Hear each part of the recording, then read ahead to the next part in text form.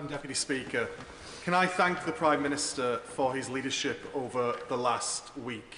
Our Europe is more united thanks to his actions. Our ties with the United States deepened as a result of his actions, and critically, Ukraine is supported as a result of his actions. Our nation walks taller this week thanks to what the Prime Minister has done in the last week. Does he agree with me that as part of our ramping up of defence spending, we have to look at defence procurement so that if our brave men and women do find themselves on the ground in Ukraine, they have the equipment and the support they need to do their job? We do have to ramp up and improve our procurement because we have to ensure that as we increase defence spending, we get absolute value for money and we get the best capability for the money that we are spending, and that means being much, much clearer and tighter on our procurement. Alistair Carmichael. Thank you, Madam Deputy Speaker. 3 years ago, the sale of Chelsea Football Club realised £2.5 billion, which was to be used for the benefit of Ukraine. But today, that money remains frozen. And as Lyra Nightingale of Redress was saying this morning, there is a total lack of transparency about who has it and when it is going to be released. So can the Prime Minister tell the House when that money will be released for the purpose that it was intended, the people of Ukraine? Well, the whole issue of assets and frozen assets is something that is on the one hand complicated, but I agree with the sentiment across the House that it's time to look at what options might be available. I don't think we should do that on our own. I think that needs to be done in conjunction with other countries, but it is fiendishly complicated, which is why it hasn't been done so far. Gordon McKee. Thank you. Not for a long time has the British Prime Minister been so important on the world stage, and the Prime Minister rightly deserves the support of the whole House for that. Now, to protect our security, we've got to make use of our incredible technology, but often government procurement doesn't work for rapidly growing start-ups. So can the Prime Minister tell me, will the Defence Industrial Review look at how we improve procurement so that we can make our technological advantage count? Yes, we will. And today we announced a new unit and targets for small and medium enterprises, and I was very pleased to be able to welcome some of them to Downing Street earlier on today. Andrew Murison. Madam Deputy Speaker, I have the honour and privilege of representing a very large number of servicemen and servicewomen and their families, and they will be looking at this very anxiously indeed. Whilst they always stand ready to do their duty, would the Prime Minister agree with me that it would be utter folly if the United Kingdom or France or Norway or Canada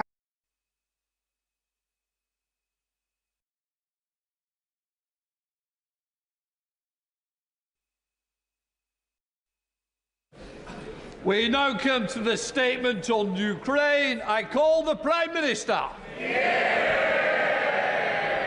Thank you, Mr. Speaker. Less than a week since I called on this House to show the courage of our predecessors, we see clearly before us the test of our times, a crossroads in our history. So with permission, Mr. Speaker, I'll update the House on my efforts to secure a strong, just and lasting peace following Russia's vile invasion of Ukraine. Mr. Speaker, it begins in this House, where on Tuesday I announced the biggest sustained increase in defence spending since the Cold War.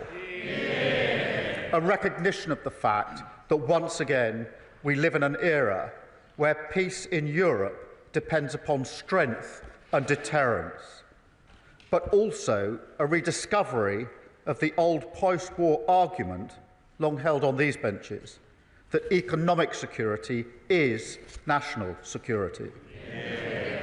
Because, Mr. Speaker, the demands we now have to make of Britain must come alongside a new foundation of security for working people. The tough choices that we made last week, they are not done.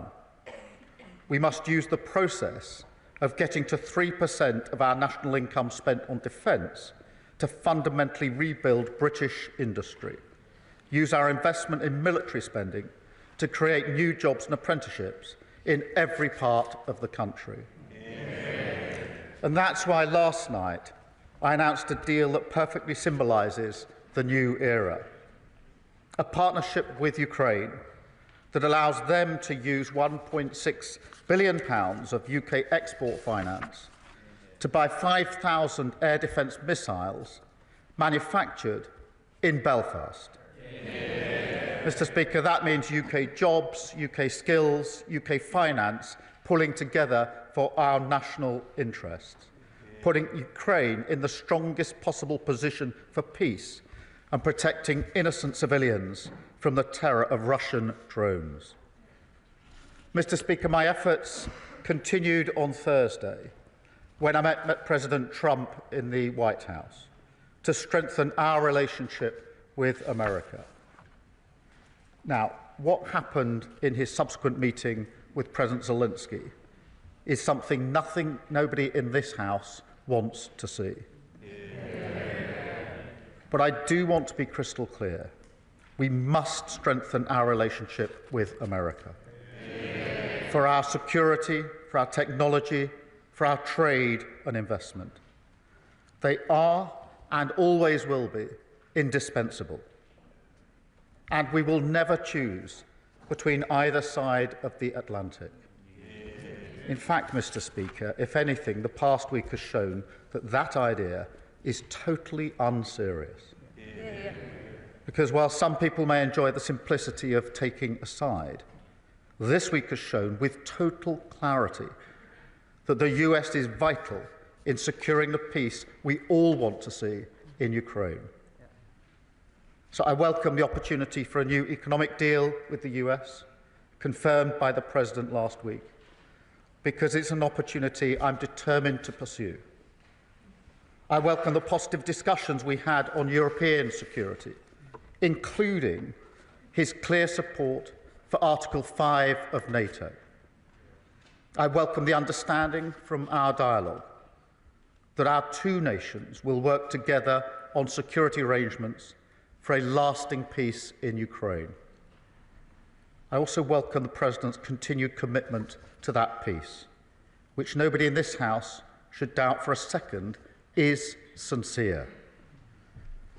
Mr. Speaker, I now turn to the events of this weekend and the moving scenes that greeted President Zelensky as he arrived in London on Saturday.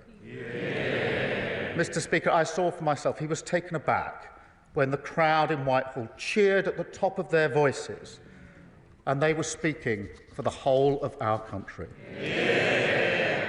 A reminder that this government, this House and this nation stand in unwavering support behind him and the people of Ukraine. Mr. Speaker, we resolved together to move forward the strong cause of just and lasting peace in Ukraine. And then on Sunday, I hosted European leaders from across our continent, equally committed